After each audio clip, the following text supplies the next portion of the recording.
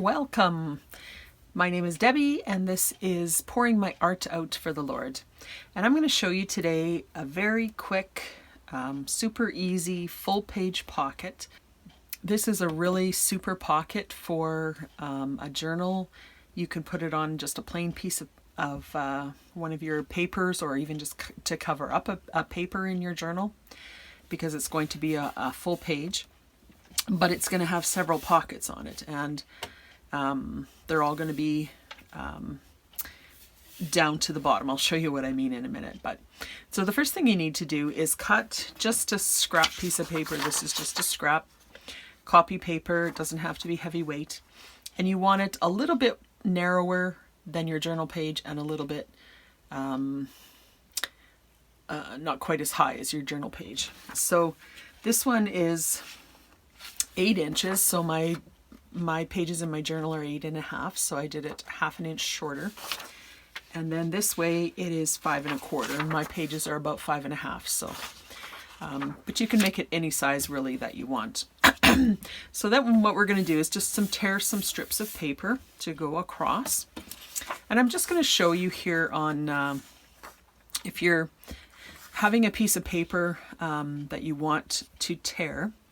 I mean, you could cut these as well and have a straight edge. I like the looks of a torn edge.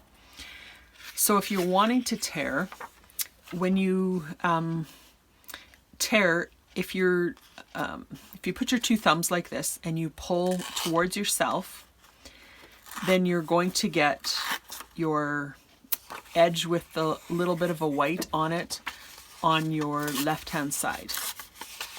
So that's the edge that I want to show.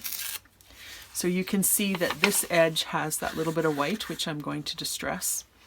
And then this side does not have the white. This side would be torn on the back, that white edge. So it depends on the look that you're going for, what you would like to do.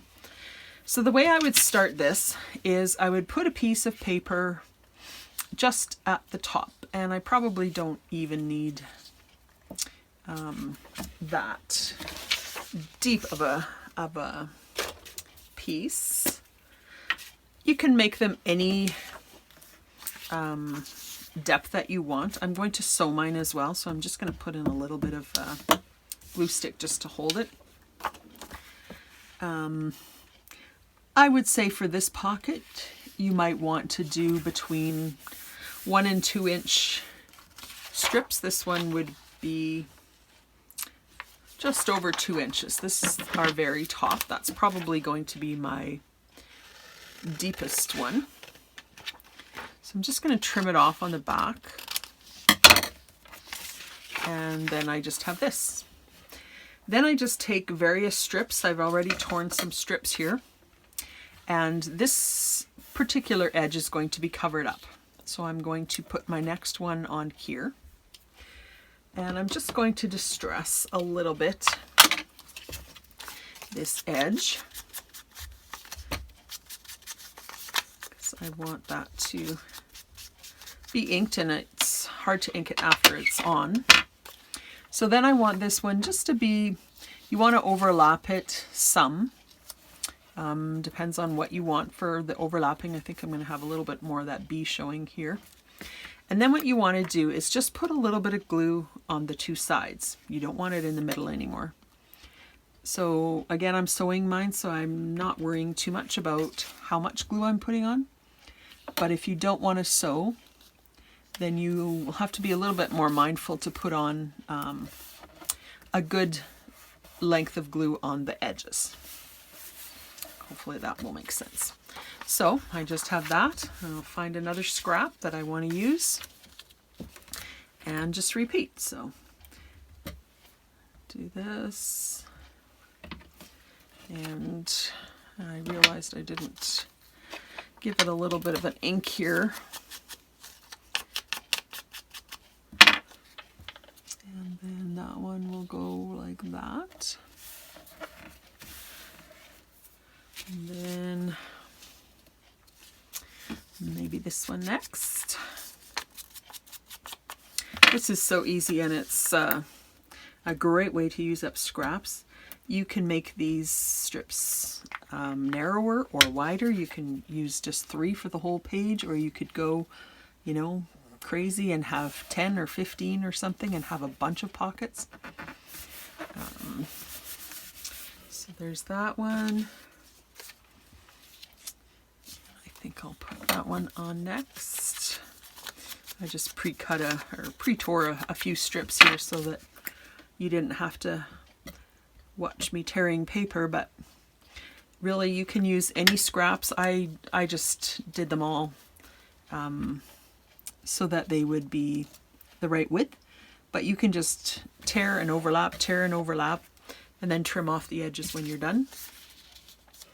And this is my final strip right here. And for the final strip, you want to do the 2 edges and the bottom. And if you're sewing, you don't really need that much glue on the bottom either. So then you would line this one up right at the bottom here and press that on. So if you're gluing, then you're pretty much done. You could ink around the edges. You could do a little bit of decorating on one or more of the pockets like that. But now you have a pocket here, a shallow pocket. This one goes all the way to the bottom. This one goes all the way to the bottom. So they're getting deeper and deeper. This one. So you can have some really big tags. You don't want, you know, 15 tags in here because that's going to make this page awfully thick, but it's really neat to just poke little things here and there all the way through. So I'm just going to sew this one, and then I'm going to ink the edges, and then I'll just show you the final result. Okay, so here's my pocket. I sewed around all of the perimeter and inked it a bit. This is the back, just I didn't do anything to the back. And then you can decorate it up however you like.